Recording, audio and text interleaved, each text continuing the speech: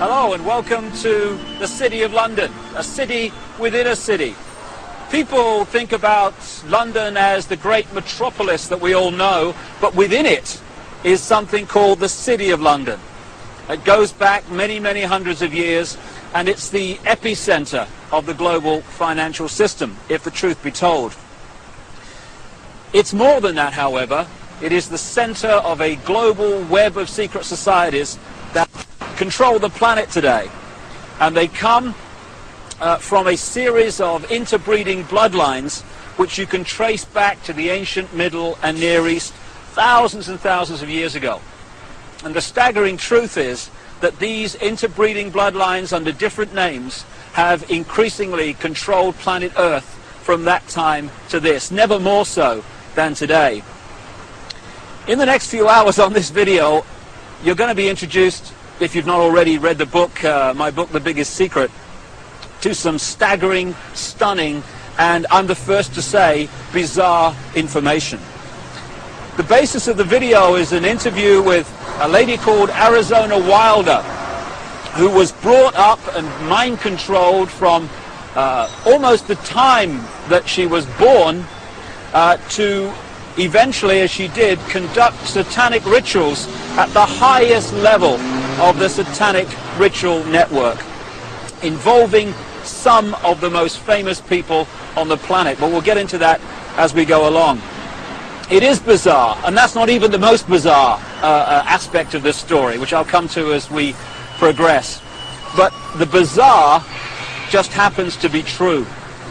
And this video is designed to be a companion to my book, The Biggest Secret, and you'd get more out of the interview with Arizona if you've read that book. But what I'm going to do to start with is just set up a few basic background details that can allow you, if you've not read the book, to follow the story and the revelations that Arizona is going to unfold for us.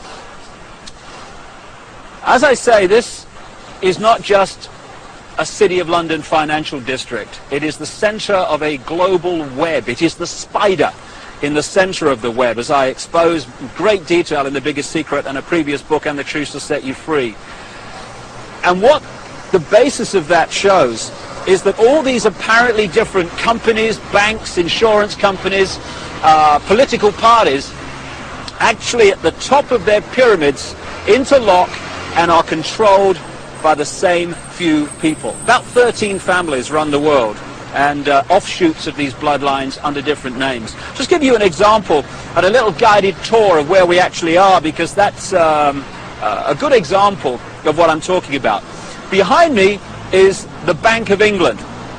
This was created in a charter signed by William of Orange, who became William III, the King of England, in 1688, 1689, and he was one of these bloodlines. And from the moment that he took the throne, then the whole thing started to really epicenter in London. This is when the spider at the center of the web really moved in here. So we've got the Bank of England behind me, which was created thanks to William of Orange and the people that controlled him, because these guys are just puppets, of course. Over there we've got the NatWest building. It's one of the big clearing banks in England. If you just come around this statue, which I'll come to in a second, behind me there is the Mansion House. That's the centre of government in the City of London, this city within a city. And at the top you'll see the red cross on the white background, the flag. It's the flag of England, and that symbol goes back right into the ancient world. It was the ancient sun symbol of the Phoenicians back in the ancient Middle and Near East, and the Phoenicians had a number of deities. One of them was called Barati, the female. One was called Barat, the male. Barati and Barat became Britannia and Britain because the British culture was brought here by the Phoenicians about 3000 BC and after. And also they had deities, the Phoenicians, called St. George of Cappadocia, who killed the dragon. That became St. George of England, and that's, of course, the flag of St. George, the red cross and the white background today. Also, the Christian deity called St. Michael was an ancient Phoenician deity long before Christianity. So the mansion house, the center of government, is a very, very powerful place. We go around here, we've got the Royal and Son Alliance Insurance Company. The banks and the insurance companies interlock, and as a result of the fantastic amount of wealth that they can move around the financial markets every day, these interlocking organizations control the world financial system. If a stock market goes down and crashes, it's because it's meant to crash. And not everyone loses, you know, when that happens. If you know it's going to crash, you sell your stock, it crashes, you buy it back at a lower price, you then push it back up again and buy other stock at the same time at a few cents on the dollar or whatever. And that means that a financial crash can actually lead, if you know it's coming because you're creating it, to an amazing expansion of your holdings and your wealth. Over there we've got the Lloyd's Bank building. That's another one of the big clearing banks which all interlock and are controlled by the same people. And then there we have the Royal Guardian Exchange building, another major insurance company which, like I say, interlock with all the others. And then we come back to the Bank of England. Now, this financial center, along with places like Wall Street, where the bloodline families interlock again, the same people run America as run Britain, as run Germany, etc. They have funded many, many times both sides in wars. And ironically and sickeningly, behind me, opposite the Bank of England, in the center of this square, is a memorial to those who died in the 2 world wars. Let's just go and have a look at that. What happens in terms of creating wars is a technique, a mind manipulation technique that I've called in my books problem, reaction, solution. And it works like this. If you want to introduce something, say centralization of power through the United Nations, centralization of power militarily with NATO, the North Atlantic Treaty Organization, the biggest military organization in the world that's expanding all the time. If you want to centralize power into fewer and fewer hands, if you did that openly and said this is what we want to do, there'd be a reaction against that. People would say, hey, this is a fascist state you want to create. We're not having this. But through this technique of problem, reaction, solution, you can actually manipulate people to demand you do what you want to do anyway. So it works like this. First of all, you create the problem, but you get someone else to be blamed for it. You then report that problem through the media in the way you want it reported, because the media is owned by the same people that own the banks and etc. You get the public to react to your problem by saying something must be done, this can't go on, what are they going to do about it? And at that point, they, who have covertly created the problem and blame someone else, who've gleaned that reaction of do something, then offer the solution to the problems they have created. So if you take the world wars, after the First World War, in which the financial centers of London and Wall Street, etc., funded all sides, power on this planet was in fewer hands than ever before. After the Second World War, it was even fewer hands on the wheels of power. And as a result of the Second World War, we had the creation of the United Nations, we had the creation of NATO, and we had this great centralization of global power. Problem, reaction, solution. This is a wonderful example. Here you've got this memorial in the center of this edifice of global power, and it says, to the immortal honor of the officers, non-commissioned officers and men of London who served their king and empire in the Great War, 1914 to 1919, this memorial is dedicated in proud and grateful recognition by the City and County of London. I'm sure it is, because as a result of the sacrifice they made, power in the world came into fewer and fewer hands, not least into this area I'm talking in now, and also made a fortune, because not only does it create problem, reaction, solution, when you lend money to both sides, they then have to pay you back that money plus interest.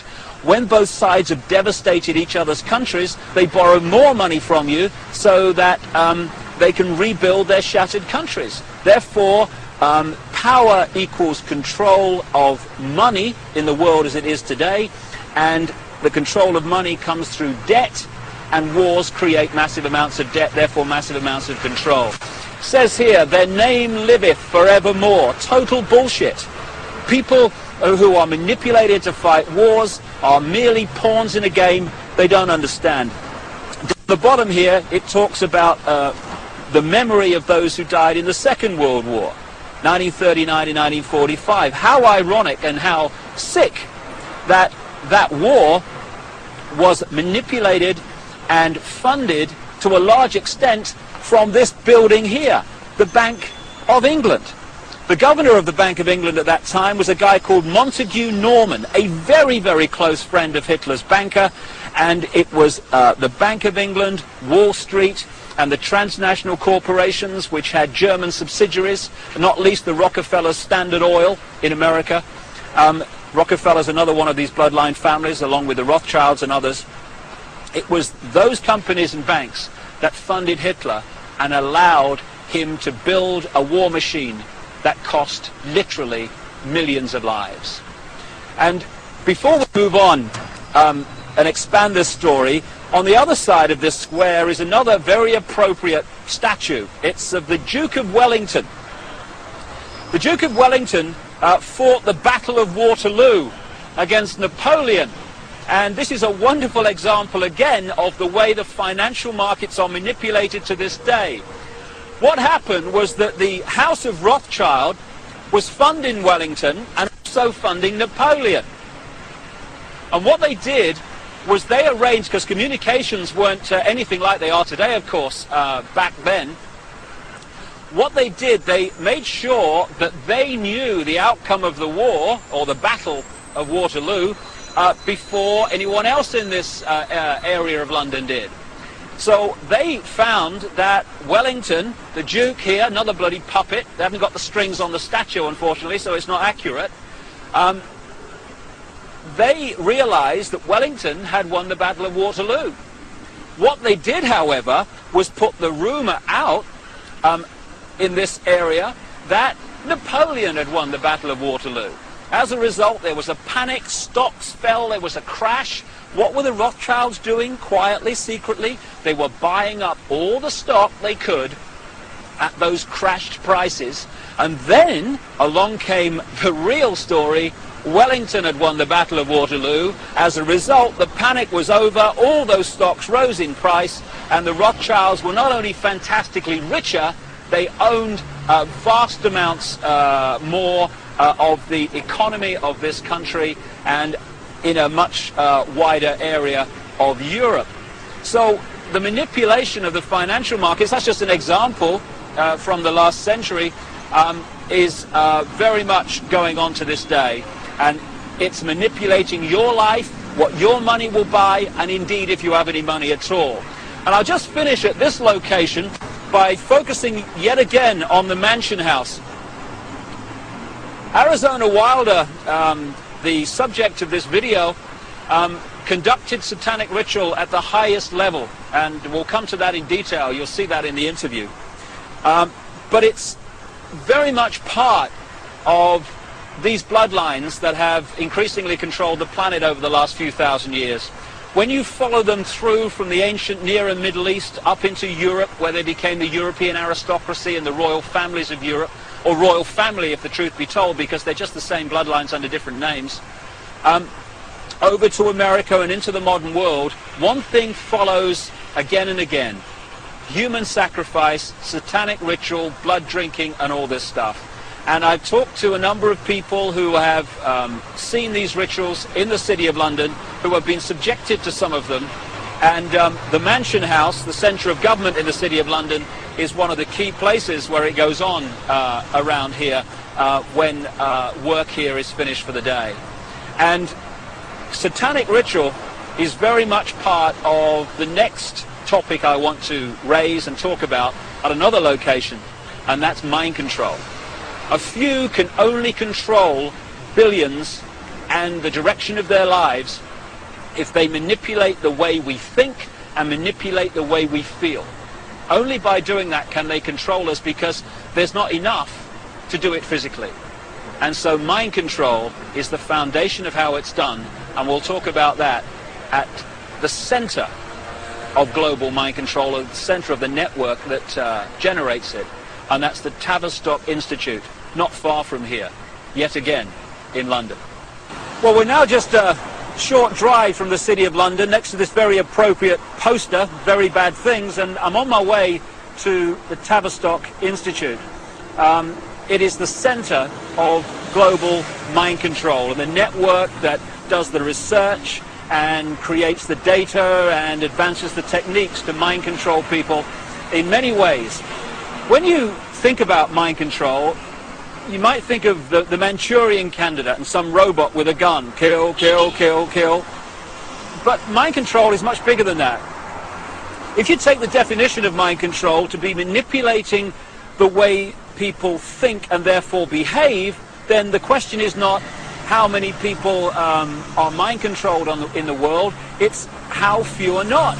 Because every time you read a news story which is slanted to get you to see the world, a person or an event in a certain way, and you accept that slant and take it as truth, you're being mind controlled. Every time you see an advertisement and it persuades you to buy something you don't really need, you're being mind controlled. So all these different techniques are used all the time to get us to think and behave the way this few, this clique, this elite want us to. Problem, reaction, solution, getting us to react to events and demanding solutions, the solutions the elite want us to demand, that's also mind control. So mind control is a vast, vast subject.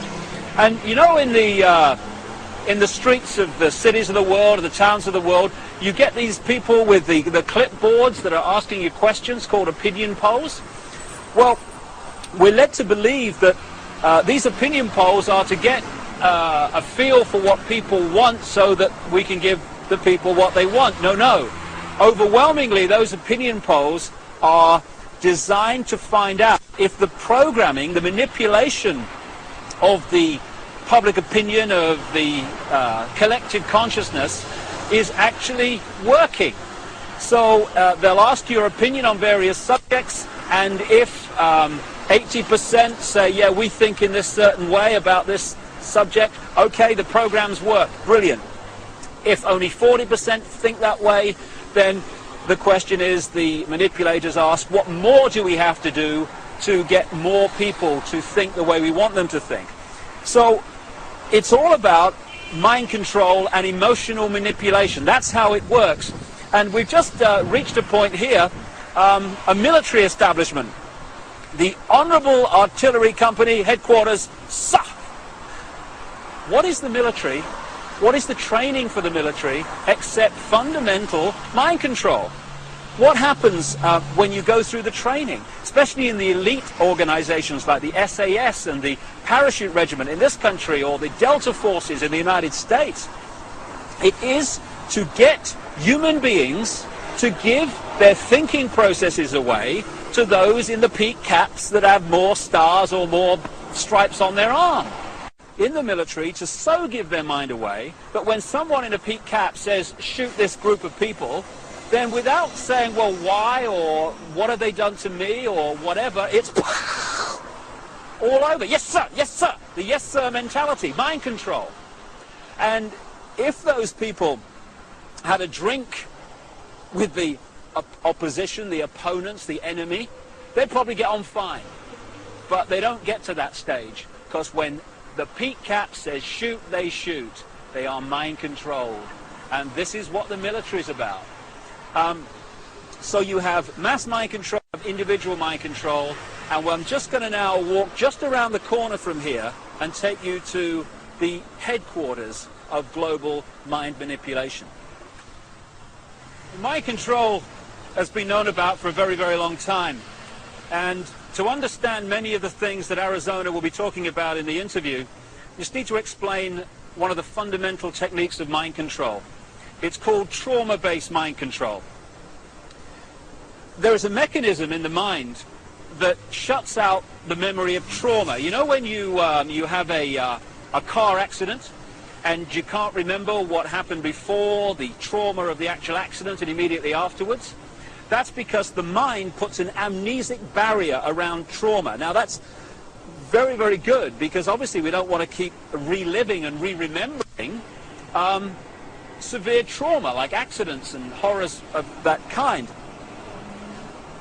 But this they began to understand massively in the concentration camps of Germany under the guy known as Joseph Mengele, the angel of death, the infamous mind manipulator and geneticist. They began to understand that if you could systematically traumatize someone, particularly before the age of 5 and 6, then you could turn their mind into a honeycomb of self-contained compartments, amnesic barriers, which were unaware of the existence of the others.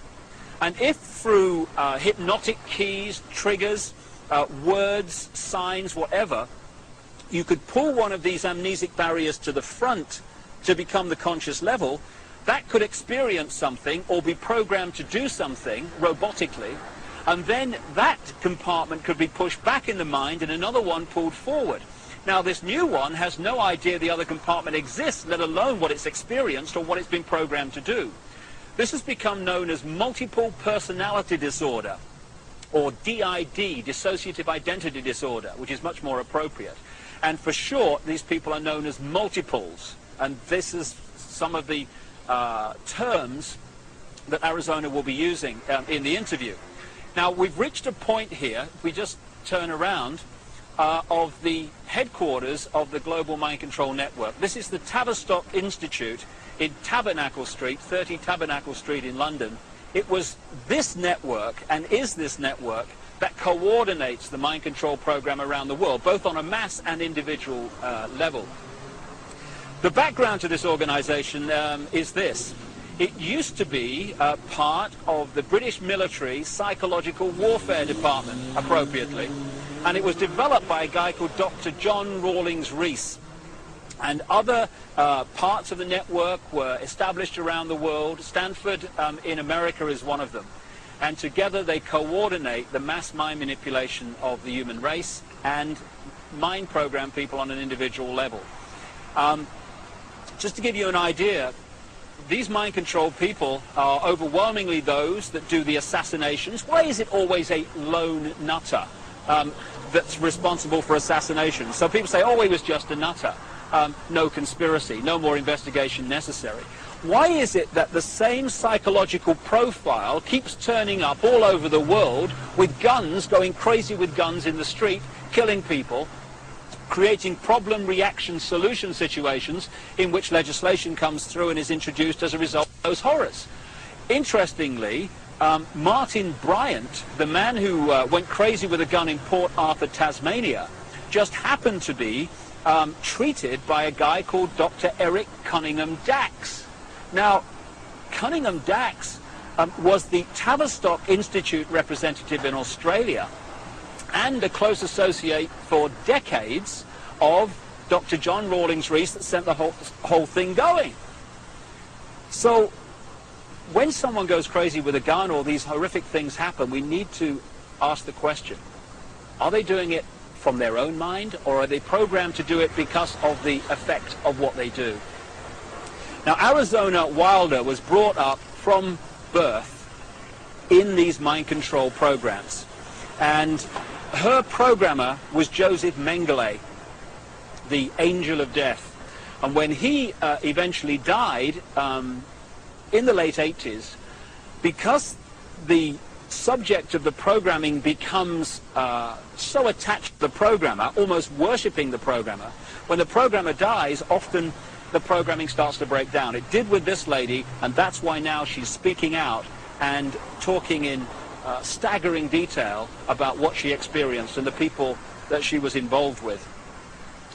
People might find it hard to believe that Joseph Mengele was in the United States and South America after the war, but there was a British intelligence, American intelligence operation called Project Paperclip, which got people like Mengele and other leading Nazis out of Germany at the end of the war to continue their mind programming and to continue their genetic research and manipulation in America after the war, in the United Kingdom also.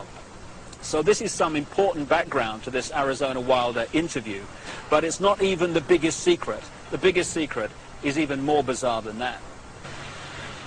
Well, I've now come literally a few strides outside of the official boundaries of the City of London into an area known as Temple Bar, where the Royal Courts of Justice are established, and this is the centre of the British legal profession. Not just the British legal profession, but the legal profession of the world, as the biggest secret exposes. This is where they come to the bar, as it's said, to become barristers, the top of the legal profession, and eventually to become the judges that are part of the network of the secret society network, overwhelmingly, who are told what to do. And when you've got judges being told what to do by the secret society network, what justice is there? Temple Bar is named after the Knights Templar, one of the secret societies in the ancient world that I talk about in my books, and they were part of this network, and their successors are continuing that manipulation and agenda to this day. Now, I'm standing across the road from the Royal Courts of Justice here, outside something called the Outer Temple. This is one of the major secret societies that manipulate and control the legal profession and the workings of so-called justice in Britain, and indeed, like I say, further afield. But the reason I've come here overwhelmingly is to point out something in the centre of the road here, at the boundary between Temple Bar and the City of London. And it's a massive reptile figure, dragon figure, in the centre of the road. Now, we're getting into what the biggest secret is here, because when you go around London, and indeed looking at the coats of arms of the aristocratic families, etc., again and again you keep seeing reptiles, you keep seeing dragons, and you've got the serpent race and the dragon race constantly recurring in the ancient texts describing the gods of the ancient world. And there is a reason for this. There is a reason why dragons appear everywhere, and that is the biggest secret, which Arizona Wilder also has experienced. Right at the start of our little tour of London, in that square outside the Bank of England, it's also possible to see again this same theme that keeps reoccurring of flying dragons, of flying serpents. We've seen one major serpent figure, serpent statue, at one entrance to the City of London near the Law Courts, and here I am now alongside the River Thames at another entrance to the City of London, this epicenter of global control. And what do we have to signpost the fact that you're entering the City of London? Yet another flying dragon, this one holding the shield with the red cross and the white background, this ancient symbol that I talked about, with the flag on top of the Mansion House and the flag of England, the flag of St. George. So what's going on? Why, when you look at the ancient accounts of the ancient gods, do you again and again see this reoccurring theme of the serpent race, the serpent gods, the flying serpents? Why, in my research for the biggest secret, have I come across a stream of people from different walks of life all over the world who have told me the same thing, that they have seen, to their astonishment and amazement, they've seen key people in positions of power just demanifest from being a human physical form and become before their eyes a reptilian figure. When you look at the ancient gods of the Indus Valley, they talk about the Nagas, the gods who, wait for it, had the ability to manifest as human or manifest as reptiles.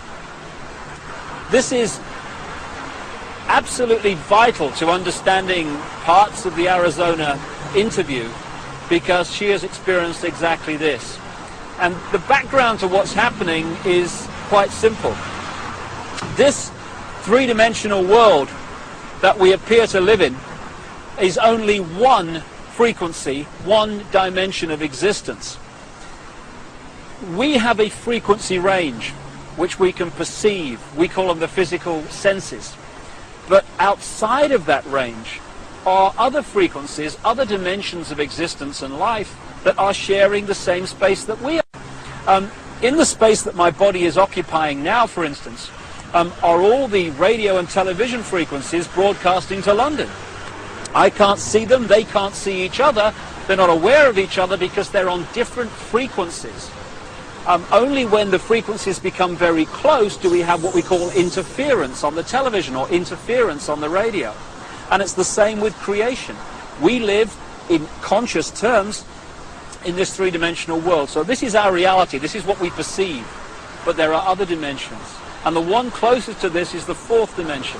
And staggering as it may seem, and you really have to read The Biggest Secret to see the immense supporting evidence for this, a reptilian race from this fourth dimension is the source, or one of the key sources, of the manipulation of this world.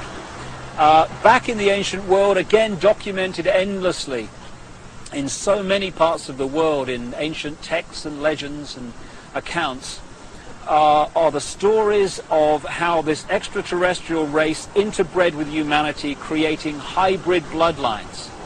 And when you do the genealogical research, you find that it is these human-reptile hybrid bloodlines that actually have occupied the major positions of power through the history of the last few thousand years, and today are in the key positions of power, running the banking system, the business system, the politics, the military, etc.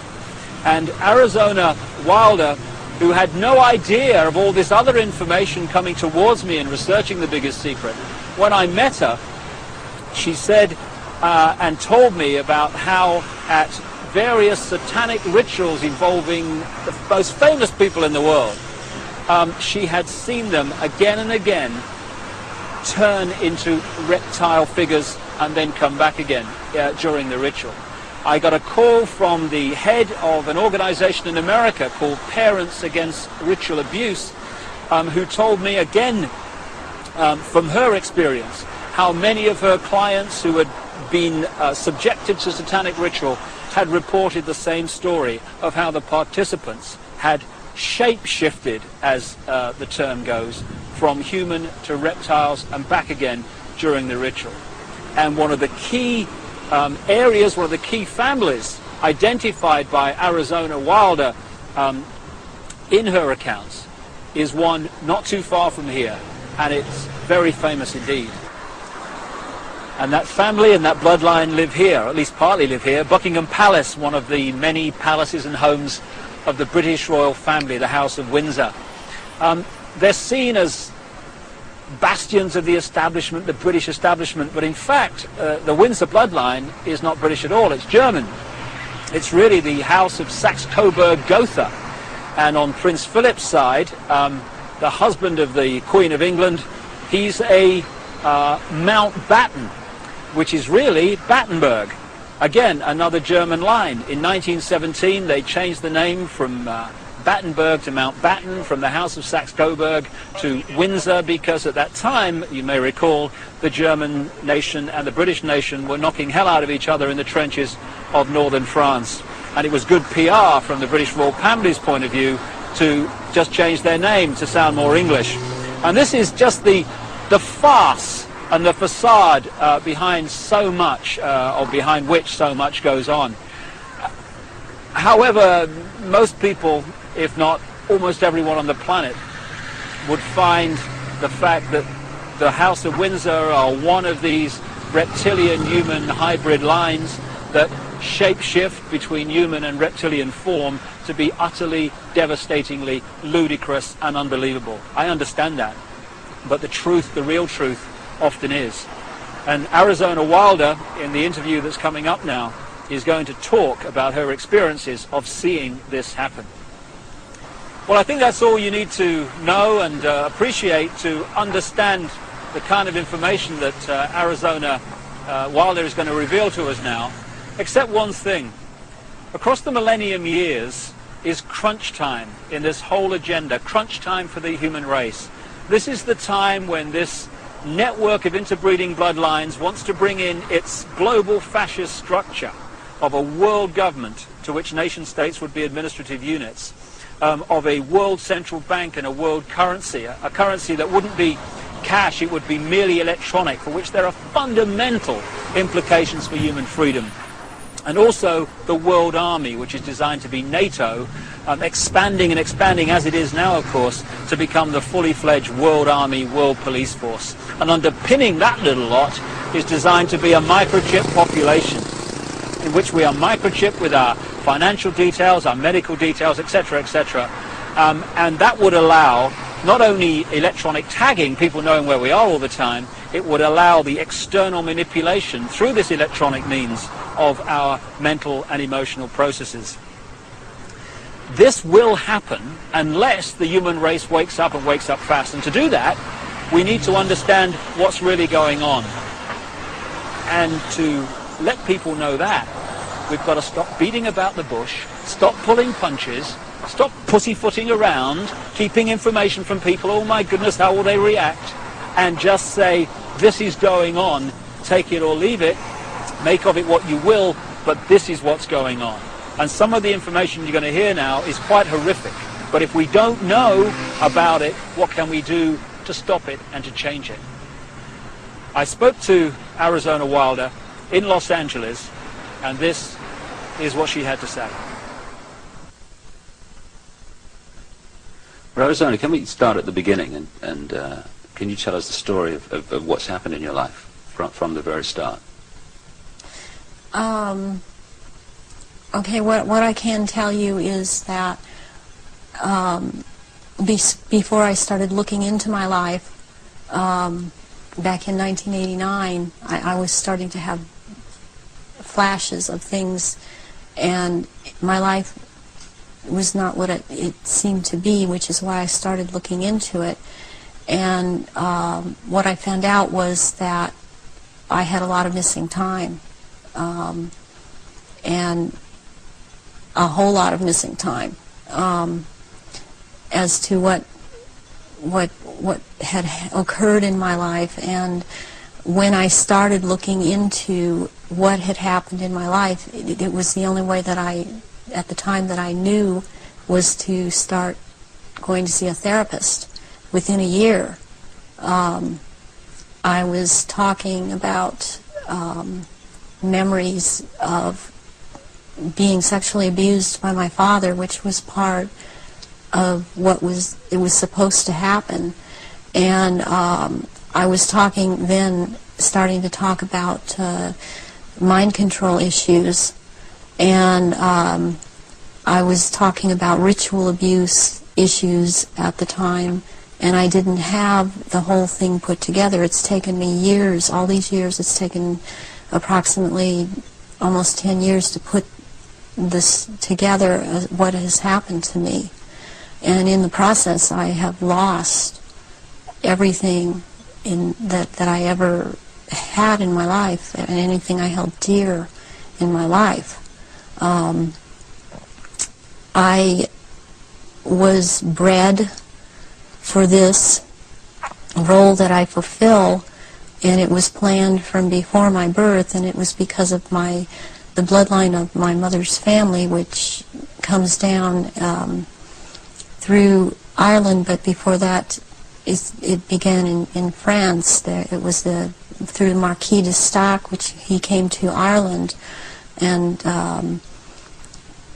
changed the name to Stack, and then I was chosen, and the birth was planned. My parents were forced to move down to this area for the reason that the High Council is down here, which is there are 6 councils of 13 in this country, and the High Council is down here. We're talking the United States? The United States, yes. And so from the time that I was a baby, I was being abused and traumatized, and on purpose, for the mind control that they need someone to go through to do whatever they say, to be as just a puppet in that they can control every move. And you don't remember, I didn't remember a lot of things, because I have, as a result of all of this mind control, split off many parts that all hold memories, hold feelings, hold programs, hold information. I've been working very hard to pull all of that up, and it's been a long, slow process for me, because there don't seem to be a lot of people in the field that I only felt was the only way I could go was psychiatric and psychological. They don't seem to know what is really going on, and I believe that a lot of them are afraid of being sued should they suggest something, and so they cannot lead or suggest, and it's been a process of me having to trigger myself to remember, and be around people that can help me with that can't really be touched by the False Memory Syndrome Foundation. So what happened? You say you were abused as a child as part of this compartmentalizing of your mind. What went on after that, as you got older? Well, they start with wanting to make you an obedient slave at first, and so they do a lot of sensory deprivation, they do a lot of sensory overload, and they switch between the two, and they do out-and-out torture. They take a small child and they electroshock. In my case, it was electroshock to the brain, and they would take away my chance to sleep. They kept me awake for many hours at night, would not let me sleep. And I was also told things, as this was before the age of 5, I was told things such as, they would make me drink water, and they would say, if you pass here and you're going to have to drink it. And they would make me drink it. And if you have bowel movement, you're going to have to eat the feces, which is also what happened to me. And then they would play, there was a programmer that was programming me, a very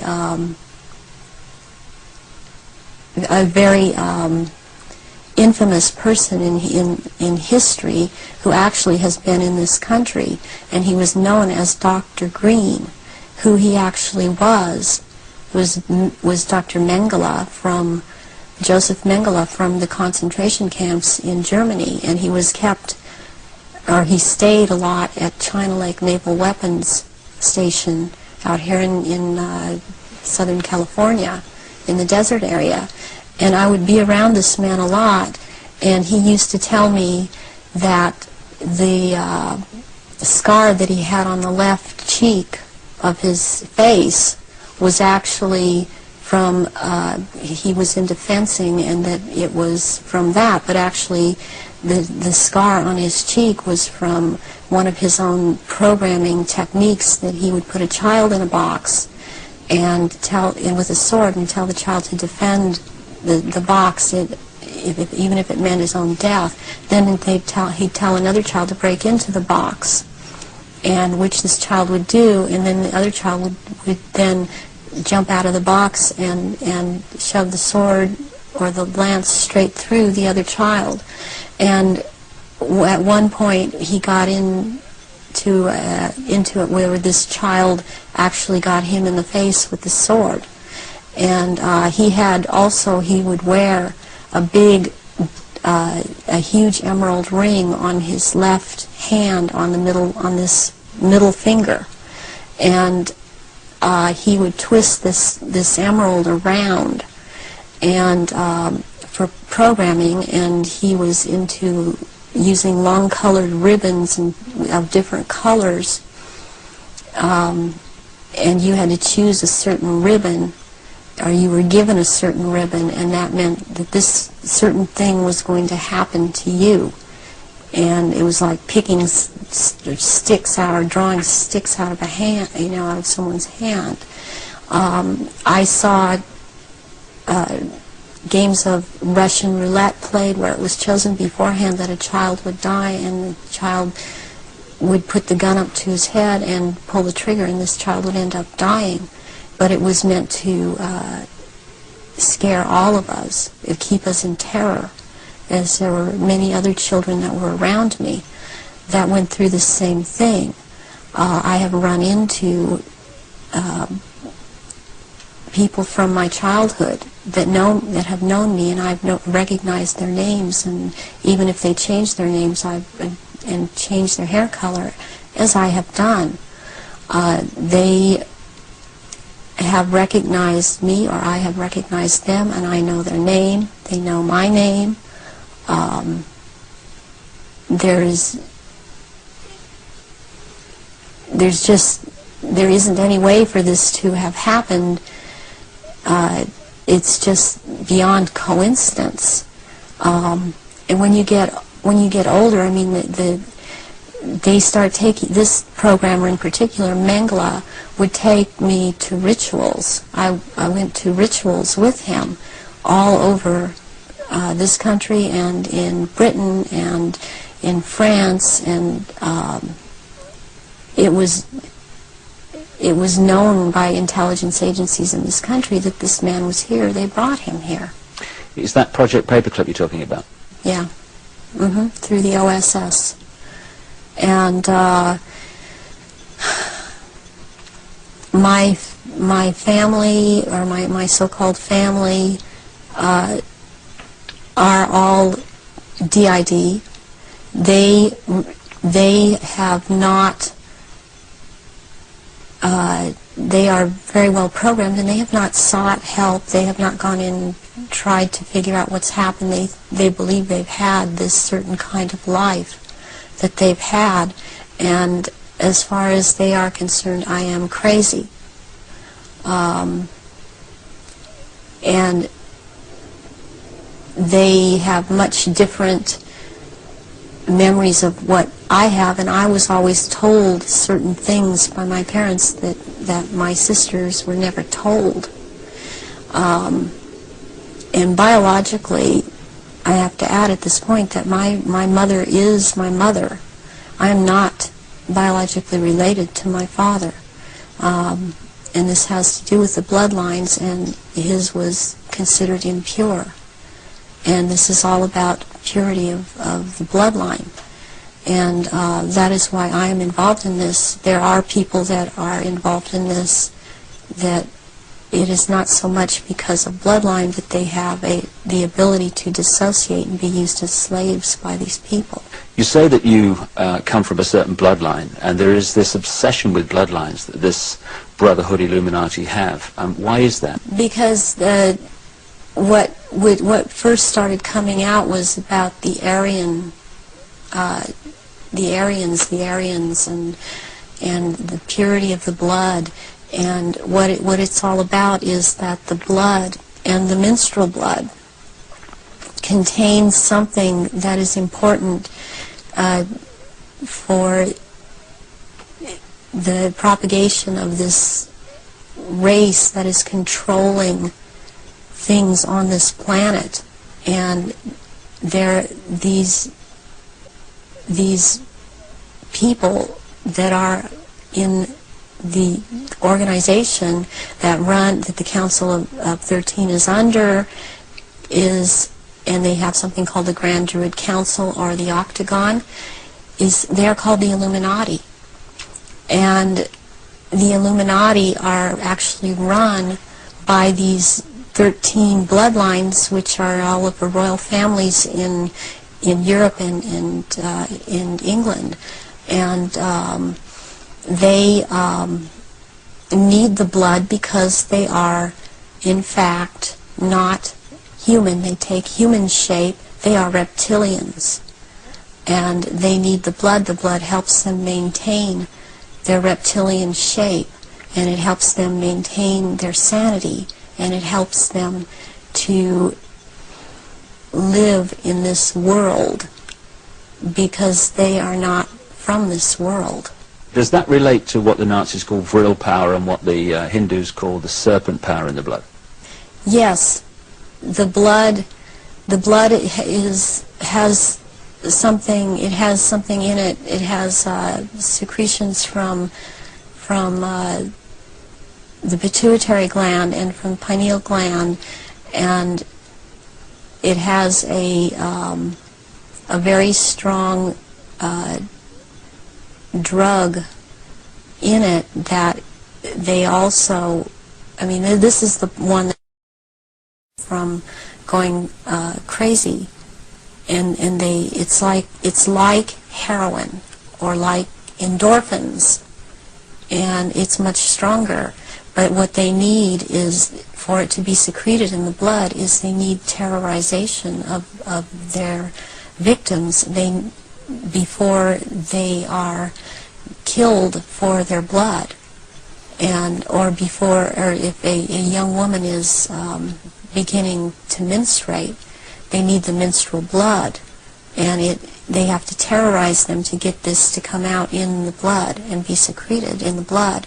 Is this the what other people have told me about, that at the point of great terror, like the point of sacrifice, there's an adrenaline that enters the bloodstream? Is this what they're looking for? Yes, that and this other element comes and secretes out through the blood.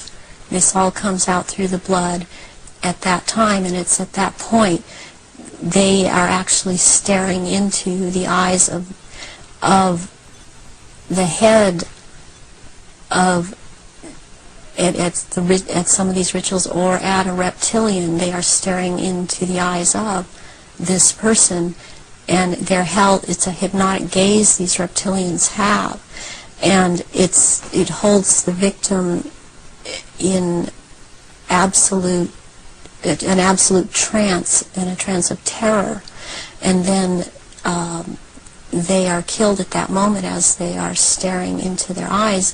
And not only do they can't hold their shape when this happens. The human shape they cannot hold. They go back into reptilian shape as this is happening, because it's like an animalistic type of excitement of the kill. And they oftentimes they will just rip into the victim and eviscerate them and start eating the flesh of this person too. And the fat from the intestinal area is highly valued, as they use it on their skin. And they drink the blood, and the blood is highly sought after, and it goes according also to rank within these creatures, as to who gets what when. And their sacrifices have increased in the last, it started increasing in the early 80s. The amount that they were doing is increased. And they use a lot of druidic holidays to do this, but they have other days too. They've mixed all of these satanic and what are called satanic holidays and druidic holidays, and in order to have these rituals, which ritual seems to be important to them. But they also use it in order to drink this blood, but they seem to need more.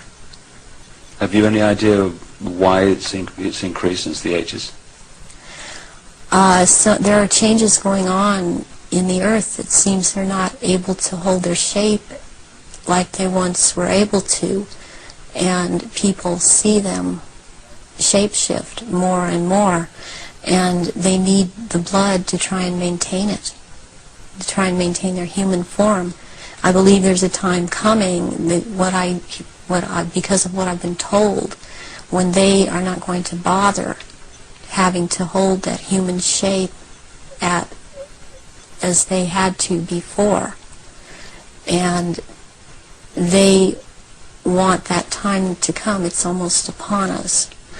So when you're talking about the fact that the veil is lifting on these reptilians so that people can see them far more easily and far more often, does this relate in any way to the fact that there is this desire to bring in this rigid structure, including microchipping and many other things, across the year 2000, which has become known as the New World Order? Is that coming in because it is known that the people are going to see what the game is, and there has to be control of the people at that time? Yes, it's very connected. I started talking about the New World Order back in 1990, and I was very psychologically and physically affected so much by what was coming out. I wasn't watching television. I was not aware that certain individuals in this country, George Bush, were talking about the New World Order. I was talking about it because that is what was coming out, and knowing that the first time that inside of myself that I'd heard it was in conjunction with the Nazis, and that came from Mengele. And I started realizing that there was something going on, and then it scared me, and I didn't really look into it for years, but I was being harassed constantly. I was being told. At one point, I had someone telling me that I was being, and who was ex-Army intelligence, ex-CIA, telling me that I was being monitored by the National Security Agency. And I didn't have the whole story then, so I did not totally understand why this was happening.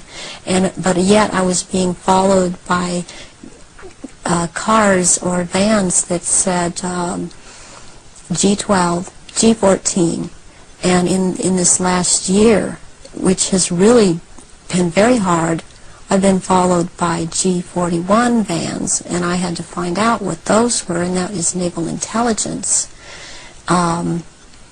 But this whole thing is going towards around the year 2000, and when they are going to establish themselves openly as a New World Order, and it's headed toward that, and that's what everything is being prepared to, or prepared for. And I have actually got I've got a sleeping program right now to return, because I've left, but to return for that time, and it's called End Times Programming, or Janus Programming. And Janus relates back to Nimrod of Babylon. Yeah, there is a group that used to be in contact with me all the time, and they stopped trying simply because I didn't obey them. They would be in contact with me all the time. They're called Janus, which is also the two-headed Roman god of change, and their headquarters is in Brussels, Belgium, in the NATO building. And they are a group of psychiatrists and doctors who are into mind control, and they are one of the many groups involved with the Illuminati. And they would contact me and tell me, give me directions that I was to psychically kill this person, or psychically injure this person, or scare this person. They'd give me the location. And I started questioning this, and I had a contact who since has seemed to have disappeared because she couldn't get the funding, and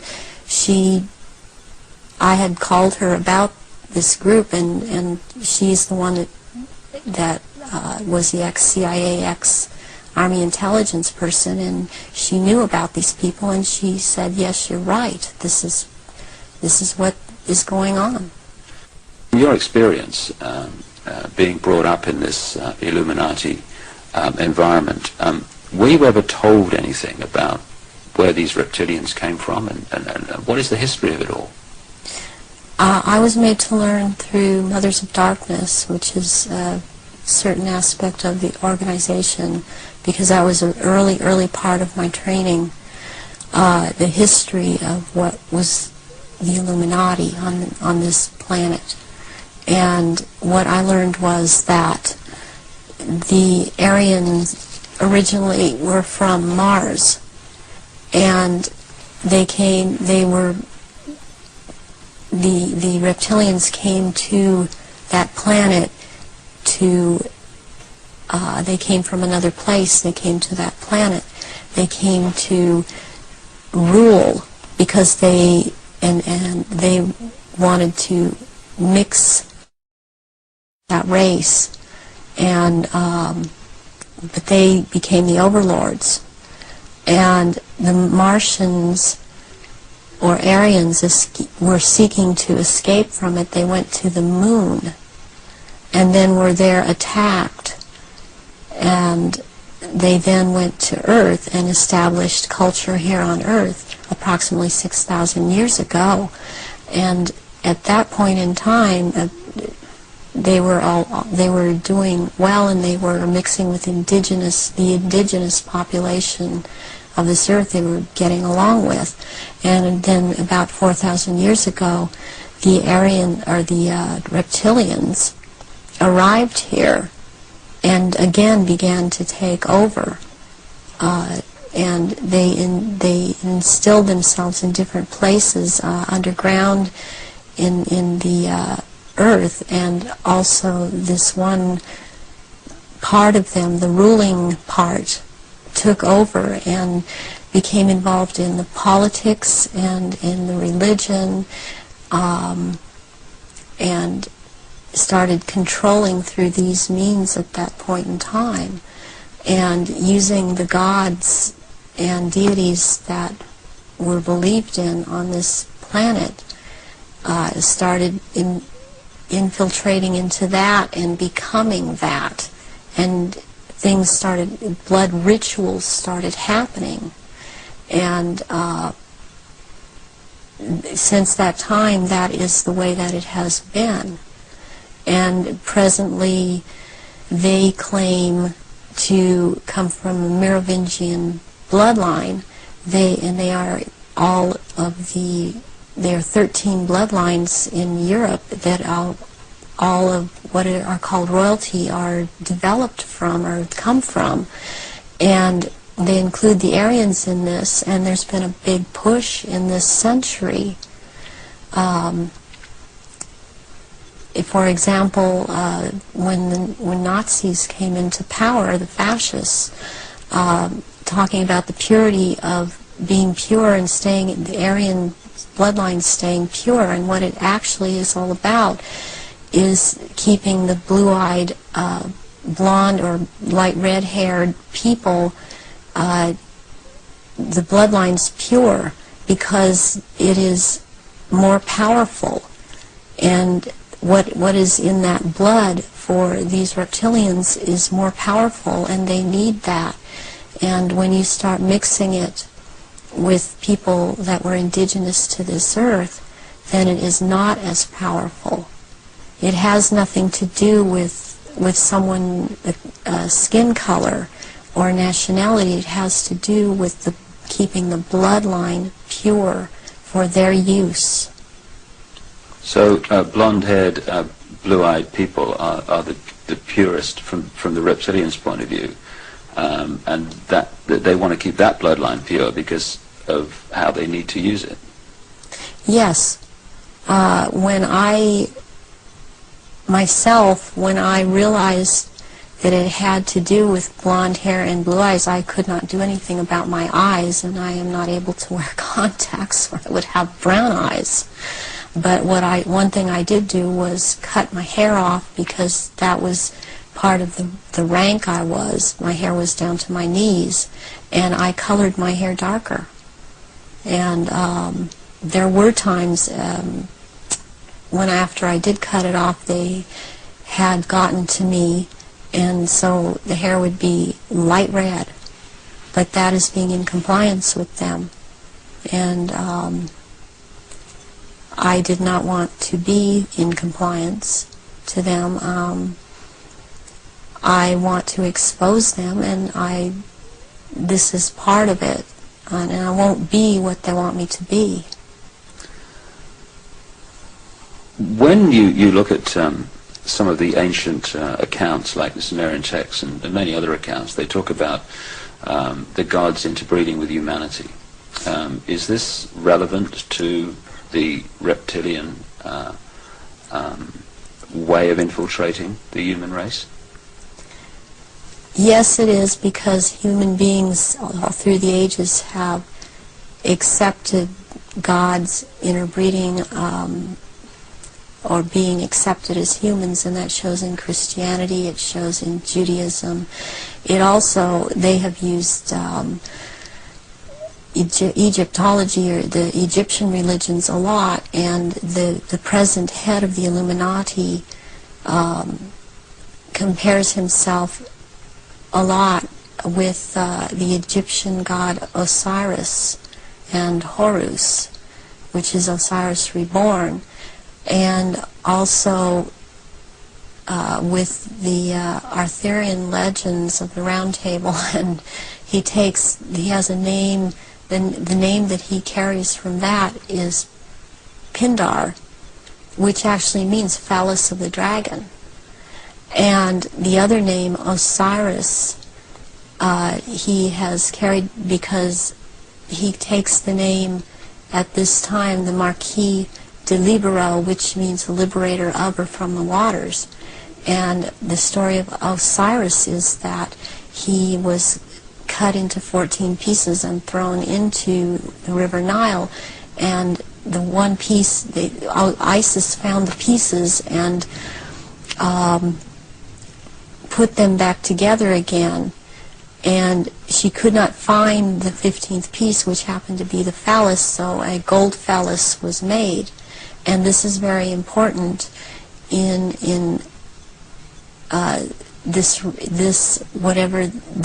in the Illuminati. This is important, and it's important to think that about the head of the Illuminati, because what comes from a golden phallus would be a superior seed for a race, and this is how this is what they are doing with all of these bloodlines to keep the bloodlines going, are impregnating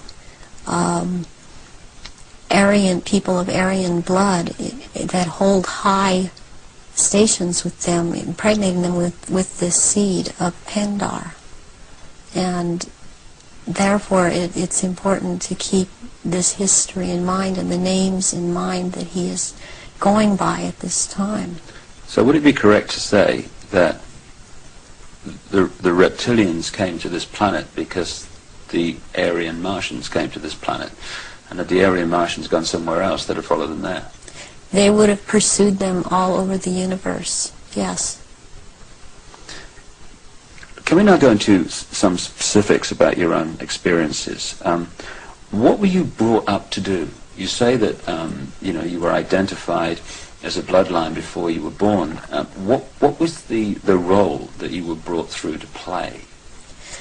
The role that I was brought through to play was, as in the Illuminati, was as a goddess. Specifically, the address is Mother Goddess, Starfire. And the Starfire goes back to the blood in the menstrual blood, what is contained in that. And the address, the way that I was addressed, was Mother Goddess. There are only 3 Mother Goddesses. There can only be 3 at a time on this planet, and there is a male equivalent of which there can be only 3 of them. Why mind control someone to conduct these rituals, like yourself? Why don't these reptilians just conduct their own rituals? they don't seem to have the psychic abilities, and they look for people that have that and people in the bloodline that have that. And I have had that. I've had a tremendous amount of psychic ability, and so I was picked and bred from before birth, and this is also something that other survivors that have been in high positions have known about me and told me. What's the connection then between you having psychic abilities, those being recognized from the start, and you being brought through to conduct their major rituals? Well, it's kind of twofold. First of all, they needed the psychic abilities because they control or attempt to control events, because I would have the ability to foretell what was going to happen, and they needed the information to just try to control it to an outcome that was good for them. The second thing is that during the rituals, you had to have psychic ability. You have to be very powerful in that way to call out the old ones that are also from another dimension. They actually they materialize from out of another dimension and are present at rituals, and they are so powerful, and their presence is there's such an evilness about them, and they want out of this other dimension, and they can't. They have to be called out by someone who has that power, and the reptilians don't have this power. That's very important, that they don't have this power to call out these old ones that have to do with them. And what is it that humans have that the reptilians don't have, that means they don't have the power to connect interdimensionally, and some humans do? We have the ability to foresee, to be able to become vibrationally higher, and see into those levels, go into those levels, and in fact, agencies use this. They call it remote viewing. Humans have the ability to go into the past, to go into the future, to go to other places, to astrally leave their body, astrally, and to see things that we've always had this ability, and it's like having a third eye, which they don't have. They don't have this ability. So during a ritual, these old ones are called out, and they are what Christianity would have called the demons. They are called out, and there is a circle that it has a hexagon in there, which is a powerful occultic symbol, and then there is a pentagram, and then there in the middle of that there is a triangle, and if you're the one calling them out, then you stand in the triangle so that you're not devoured or taken by these creatures that come out. That creates an energy field around you which they can't penetrate. They can't penetrate it, and they cannot get outside the pentagram. And they want out. They're always demanding to be let out. And so you have to be very powerful to keep them in line and to make them go back when it is time for them to go back. Why do the reptilians want to manifest these quote demons at the rituals? It brings power to the rituals. It brings power to them. They are told things by these entities, and they are encouraged to go on with what they're doing, and knowledge is imparted to them through these entities. but it takes a person with the ability to bring them out and make them answer, because they don't want to cooperate. They have to cooperate when the right person has control over them. And that's to do with that person's energy and ability to use it. Right, yes. You talked about the Aryan race coming from Mars. One expression of it seems to be very clearly what we call the Phoenicians. The Phoenicians had two deities, St. George, which became a British deity, who defeated the dragon, which seems incredibly symbolic, and also St. Michael, who, according to the legend, banished Satan, or this negative force, into the abyss.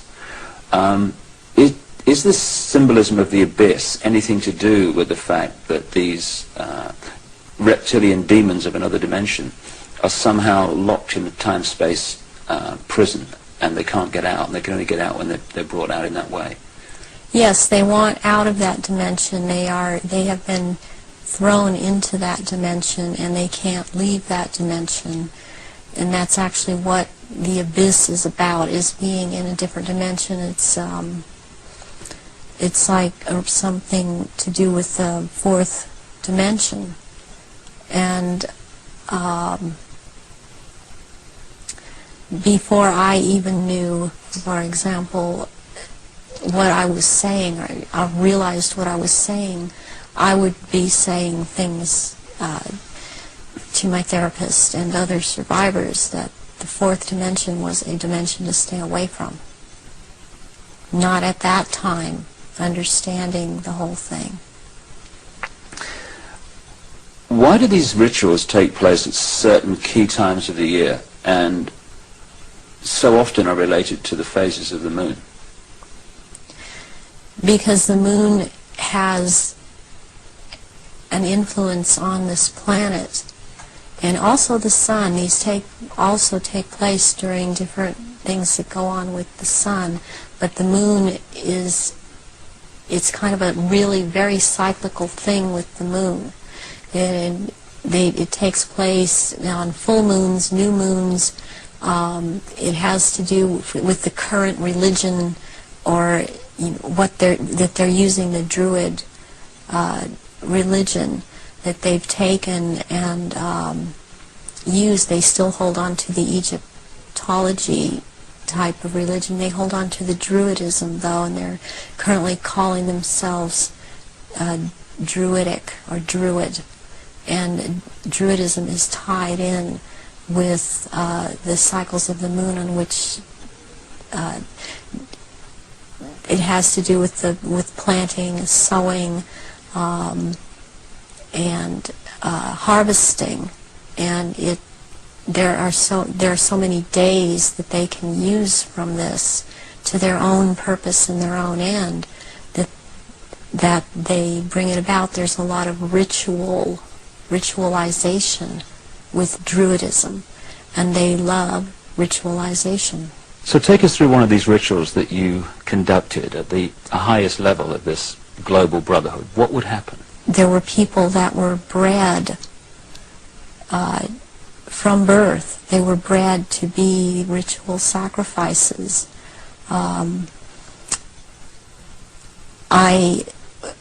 have a problem with what they is said a lot today, especially by the. I have a problem with what they is said a lot today, especially by the False Memory Syndrome Foundation, that how could all of these people disappear, or how could all these babies be born? I worked with a nurse midwife. We did home births, and it's very easy not to register a child when it's born. And then they have these children that they're kidnapping and bringing in from other countries, and no one misses them because these are third world countries. And the children they have the most energy, the purest energy, they're the highest form of sacrifice. And they will terrorize these children and mind control these children.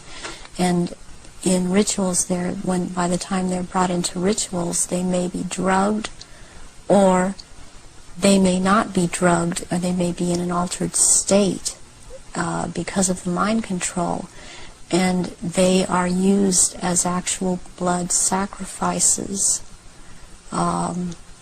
during these rituals because of, again, reptilians needing their blood.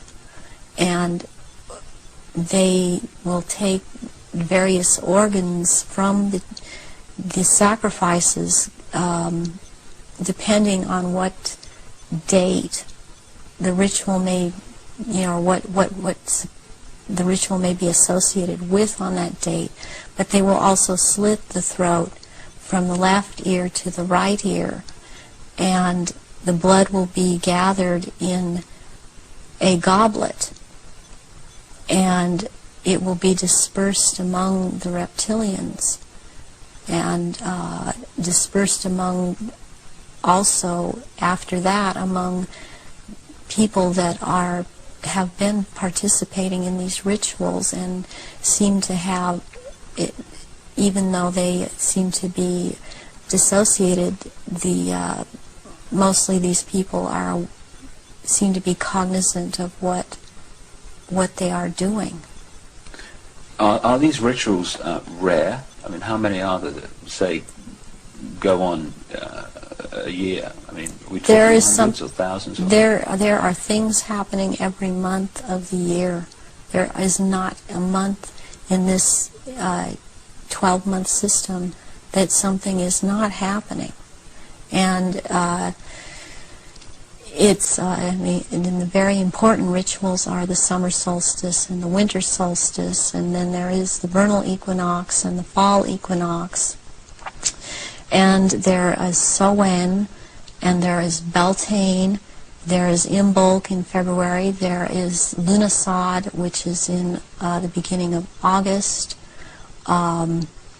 There's a whole week leading up to Beltane, and also leading up to Samhain, that's called Grand Climax. So May the 1st is Beltane?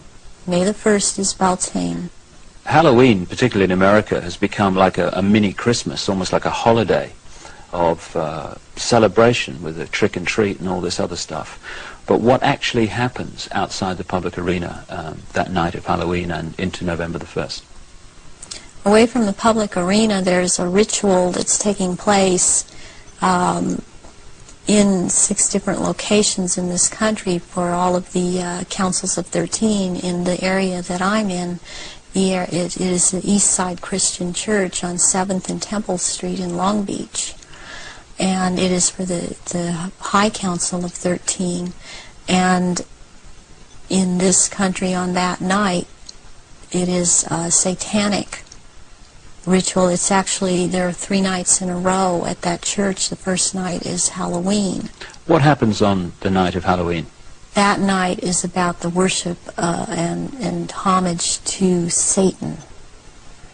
And that is what a lot of people in this country know the devil to be. This is about the devil, Satan. And Christianity talks constantly. I mean, I believe they created Christianity to be what it is. And so they also have created this Satan. And so they control in that way. And on that night there's a lot of bloodshed, and there are sacrifices made to Satan. There is a person who plays the part of this in this High Council that has to do with this High Council. He's not on the High Council, but he has to do with playing the part of Satan. He is a televangelist on TBN. He used to be, he filled in for a little while as a lead singer on Iron Butterfly many years ago, and he has long blonde hair. What's his name? At this point, I don't recall his name. It just, I recognize his face. I saw it recently.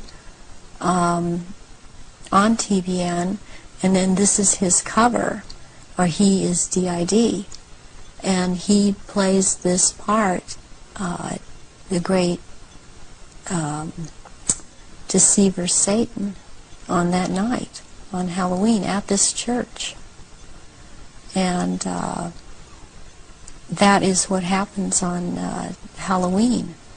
And I mean, what else I must say, what is going on with Halloween in this country? It's just becoming so popular. It is also to desensitize people to the whole thing, and even this backlash Christian movement that wants to call it the Harvest Festival. It does not realize that the Harvest Festival has to do with Druidic religion.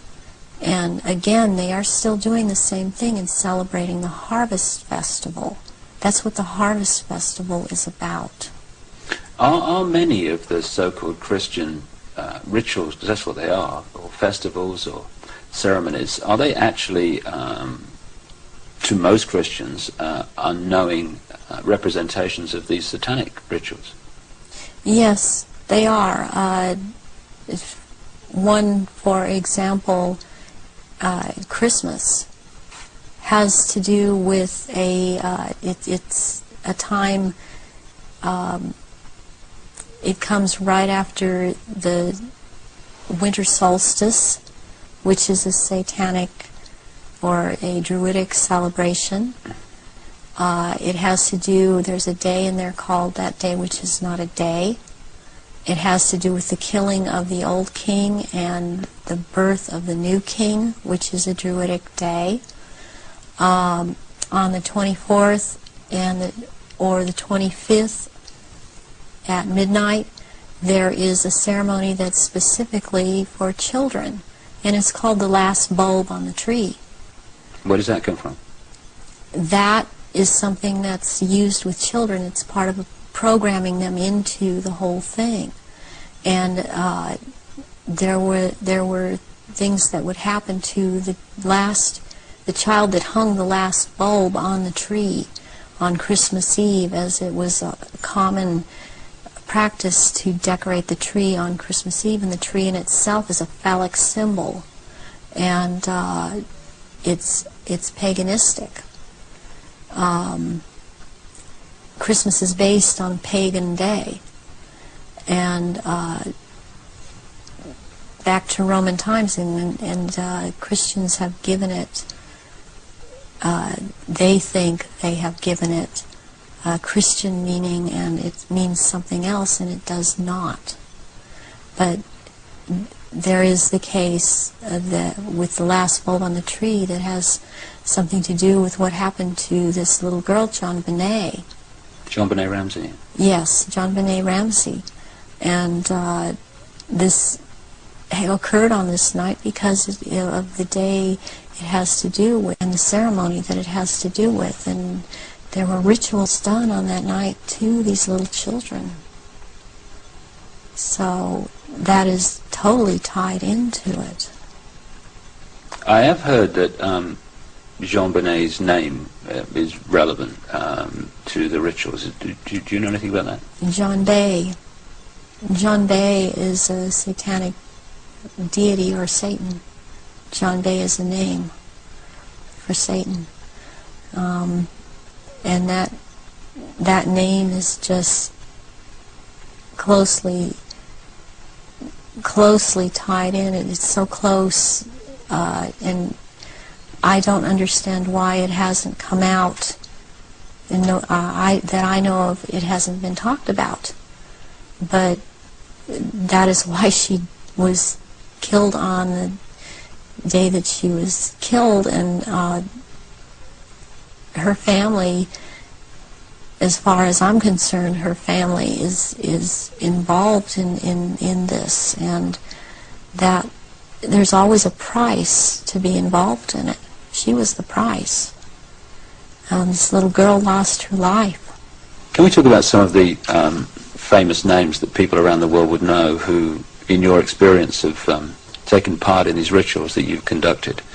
You say you've conducted them in Europe and the United States. Can we start with the United States? Yes, I have seen at rituals, I have seen George Bush, I have seen Madeleine Albright, I have seen Henry Kissinger, I have seen Ronald Reagan, and I have also, by the way, seen his wife, Nancy Reagan. I have seen Hillary Clinton before I knew she was Hillary Clinton at the time. At these rituals, she is involved. The other people that I have named and are, as I have seen shapeshift into reptilians. I have not seen Hillary Clinton actually shapeshift, but she is involved. I have seen the two sons when they were young, the two sons of George Bush present at these rituals. Are these the sons that have become governors? Yes, one is in Florida and one is in Texas. I have seen, did I mention J. Rockefeller?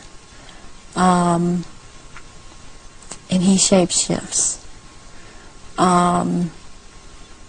I've seen George Deukmejian and Ronald Reagan again, having been governor in California. There have been people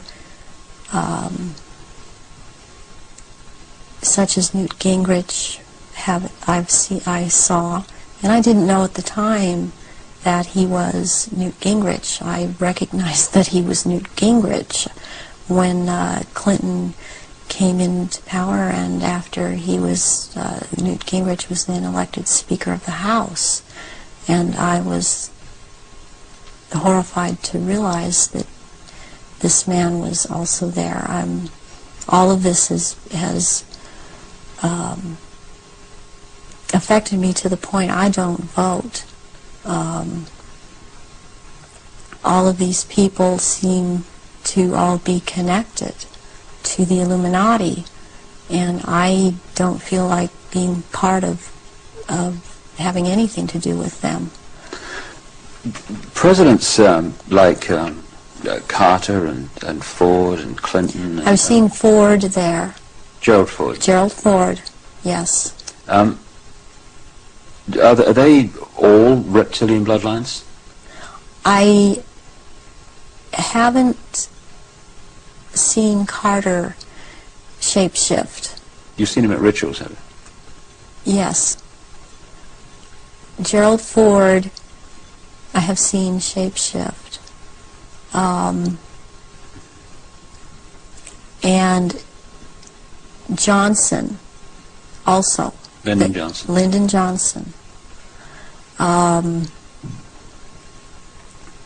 Also, Dr. Joseph Mengele, who took me around to these rituals a lot of the time, was also a shapeshifter.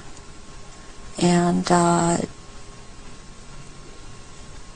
there were also people that there are people in the European countries that I've seen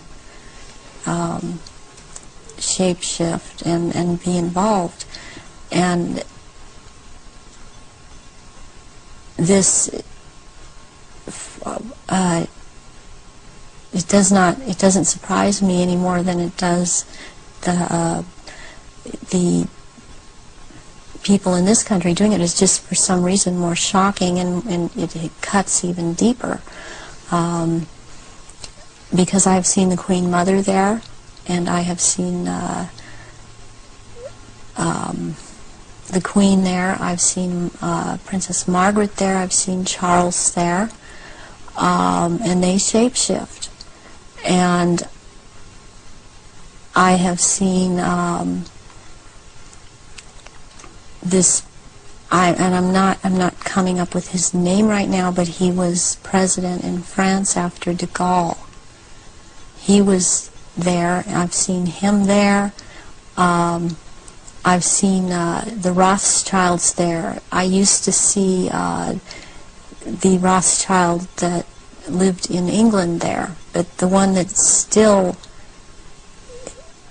goes there and is a shapeshifter, Guy de Rothschild, Baron Guy de Rothschild, has been to all of these rituals and has been over in this country under the name of Dr. Barrington and tried to program me and has impregnated me several times with eggs that were taken from me years ago and were impregnated with semen from Pindar and then placed back into my uterus. This has happened to me twice,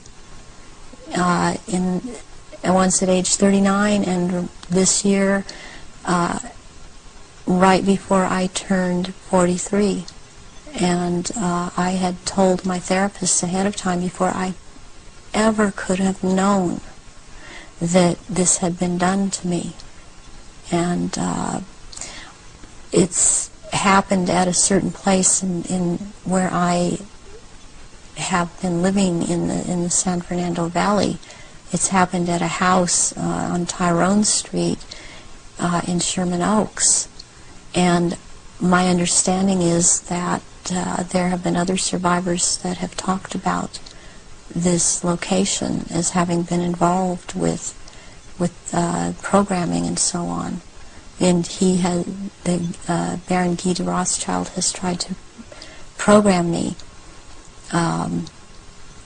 All these years he has been trying to control me, get me back under control. And the Marquis de Libero is someone else that attends all of these functions and since he is the one in power, he attends all these functions. I have seen Tony Blair there, and he shapeshifts. I have seen Prince Philip there. They all have their quirks as to how they act, even in their reptilian form. And they all, they act, they don't act all like robots, but they have their quirks, they have their so-called personalities, but they are all cold-blooded. They would kill at the drop of a hat. I have even, since I've seen the picture of some people that are talking about this subject, I've seen them, when I've seen their pictures, I've recognized them. I did a double take a few weeks ago when I saw again someone who's been talking about around this subject, and it seems to be popular right now. Who's that? This man by the last name of Sitchin. I've seen at rituals, and he is a shapeshifter. And I did a double take when I saw the picture of him, because I recognize him. And there's another person that I've seen, this Gardner, Sir Gardner. That Lawrence Gardner? Sir Lawrence Gardner. And he had recently written an article that was out in Nexus magazine. Part of it was about the menstrual blood, and what really triggered me was when he called it Starfire, because that is the name of one of the aspects of the three women who are the dressed mother goddess. That is my name in all of this. So this man I have seen, he has lots of power within this sect, reptilians, and he's someone that you would want to watch out for outside of this too, as is this Sitchin person. What do you remember about Zachariah Sitchin? Zachariah Sitchin was someone in the rituals attending the rituals who was not a major player in as far as the rituals went, but was someone that others present did not make remarks at, or were very careful as to what they said around him. And he was talking about, he would be talking about doing away with people, persons that were in his way, or were putting out information that he didn't feel that he wanted put out. He is very much a disinformer, and that is his job, to disinform about what is going on with the Illuminati and with the reptilians. He actually warned me off from investigating the reptilians, interestingly. Where do the rituals take place that you've been involved in, involving the British royal family? Glamis Castle, Stonehenge, Balmoral Castle. I have reason to believe there's a church, and I think it may be Westminster Abbey, and there is a Mothers of Darkness castle or chateau in Brussels, Belgium. They've been there too. And also in France, the Marquis de Libero Pindar has a castle in the Alsace-Lorraine region of France, and I believe it's in the Alsace region that he uses, and there are certain rituals done at that castle down in the dungeon part of that castle, and there's an entrance down there to underground places in the earth, and there is a natural formation of rocks that kind of glow green, and they keep menstrual blood in that formation, and this green glowing from these rocks actually turns the blood a darker color, and it's called black blood, and it's used in certain rituals. But there are also, they keep there are smaller, less developed little reptilians that are kept down there. They're kind of pets. But one other thing that's also down there, there are eggs. It's like a nest of eggs kept down in that part where it's warm. It's very warm down there into this entrance, and these eggs are kept down there incubating, and they are the reptiles' eggs, and that's where they keep them. What are your memories of conducting the rituals for the royal family? What happened? What were they doing? One thing that sticks out in my mind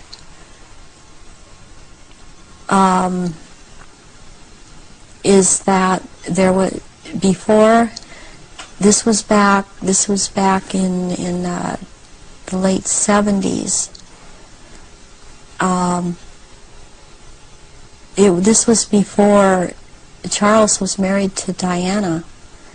He was involved with Kamala Parker Bowles, and she does not shapeshift, but she became pregnant by Charles, and she produced a baby, and this baby was presented at the ritual and killed, and that is the price, the firstborn between these two, and eventually these two will marry, and that is the price that is to be paid, the sacrifice of the firstborn between the union of these two people.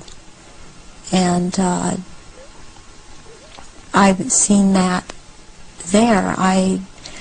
Something else that sticks out in my mind is that it was around the late 80s that I saw a very kind of dark man he was Arabic. It seemed to be Arabic or Egyptian, and I heard the name Fayed being mentioned, and the Queen Mother was there, and I called her the Black Queen, and she and he were talking very seriously and at some length about a subject. They were mentioning Diana, and they were mentioning his son, Dodi, and at the time I didn't know who Dodi was. I knew who Diana was. I never saw her at any rituals. Where did this conversation take place? This took place at Balmoral Castle. And I heard them talking about a marriage between these two, and I thought at the time, well, she's married to Charles. How can there be a marriage where she's married to Charles? I didn't understand why the Queen Mother and this person that I now know to be Dodi Fayed's, because I heard Fayed, Muhammad al-Fayed, talking, and I'd seen them together at, I saw them at Balmoral Castle. I overheard the conversation at Balmoral, but I'd seen them also at Mothers of Darkness Chateau in Brussels, and they were talking about a union between Diana and his son Dodi back in the late 80s, and I did not understand at that time, because I understood Diana to be married to Charles. I knew that she was married to Charles, and they had 2 children, and they were about to have another. And the Queen Mother, all I could pick up was that for some reason that there was a malevolence towards Diana, and Diana I had never seen at a ritual. I wondered what she knew about all of this. What have you seen the royal family do, the Queen Mother, and the other people you've seen in the rituals? What have you seen them do? I've seen all of them drink human blood and consume human flesh, and they have their own goblets in which they have blood, and these goblets are encrusted with jewels. And they also have their own daggers, and that the dagger goes into the goblet, and they stir the blood around with it, and it's also a what it is. It's a symbol of the phallus going into the vagina when they're doing this, and I've seen them do this, and some of them have even, like the Queen Mother I saw with, she had her own little, like almost, it's between a very elaborate ornate chair or a throne kind of thing brought in for her to sit. And because before these start, there is a kind of people move around the room and talk, or recognize one another. It's a formal kind of a ritualistic setup, the way they talk and the way they introduce each other. It's like a court. What are they wearing? They're wearing robes. They're not wearing anything underneath the robes, and the robes are very ornate.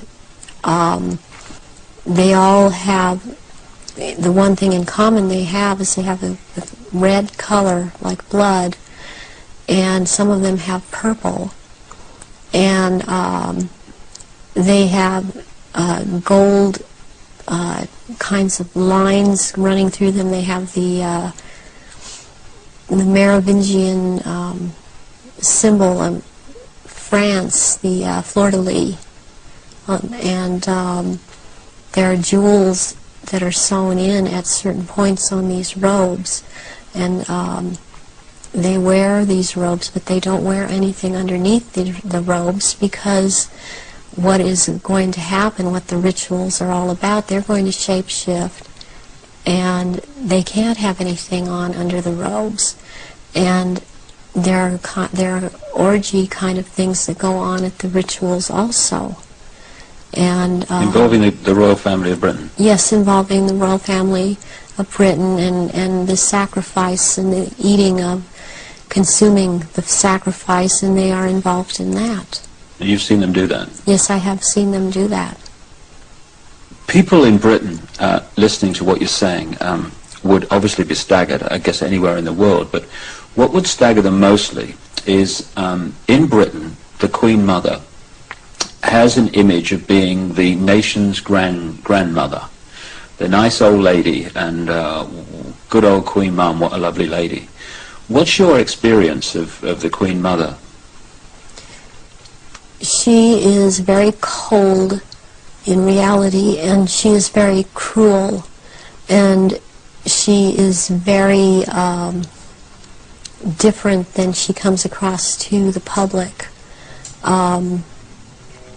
She's cold-blooded.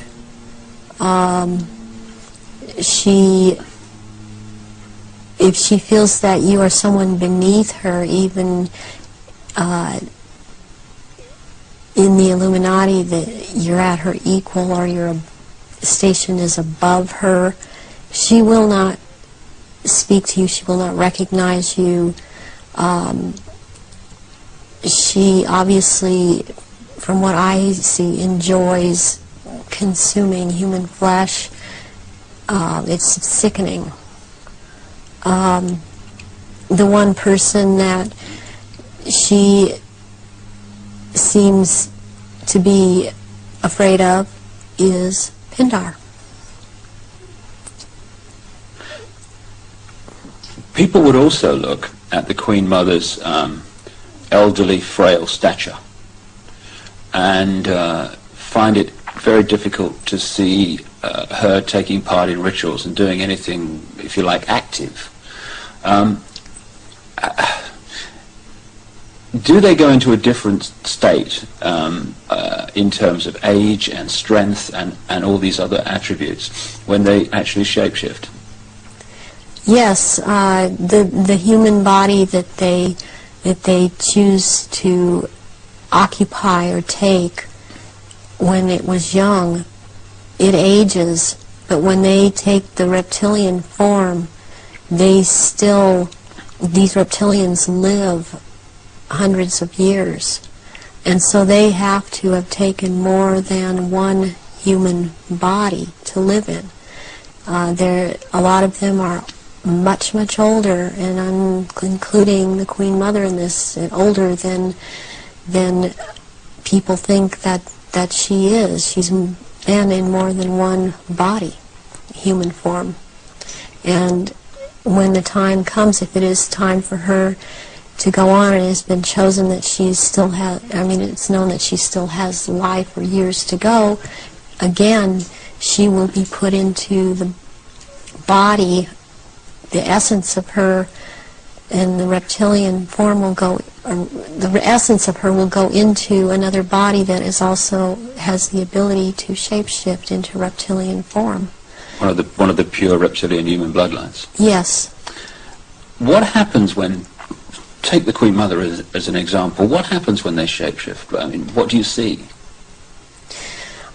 You start to see changes happen, and they're happening so fast that it's almost, it's the closest thing that I've seen to it is what they're now doing with computer technology. It's just a literal transformation that happens very quickly, and they get taller and they get bigger, and they don't look at all as reptilians like they do as humans, and thus the wearing of the robes, because if they were in clothes, the clothes would be torn apart. So let's take the Queen Mother on this subject as an example. We recognize her as a frail old lady. What does she look like when she shapeshifts at these rituals? She has, she looks like, the nose portion gets very much longer, and it grows into kind of a snout kind of thing. She has little fangs, and incisors as teeth, and there's a tongue. And they all seem to have this kind of tongue when they're at this level. The tongue has a lot of long, hairy or pointed projections coming out of it. It's very long. And they have these, they don't have hands or feet, they have these claws. And they have scales, and also scales that seem to kind of disappear into one another. And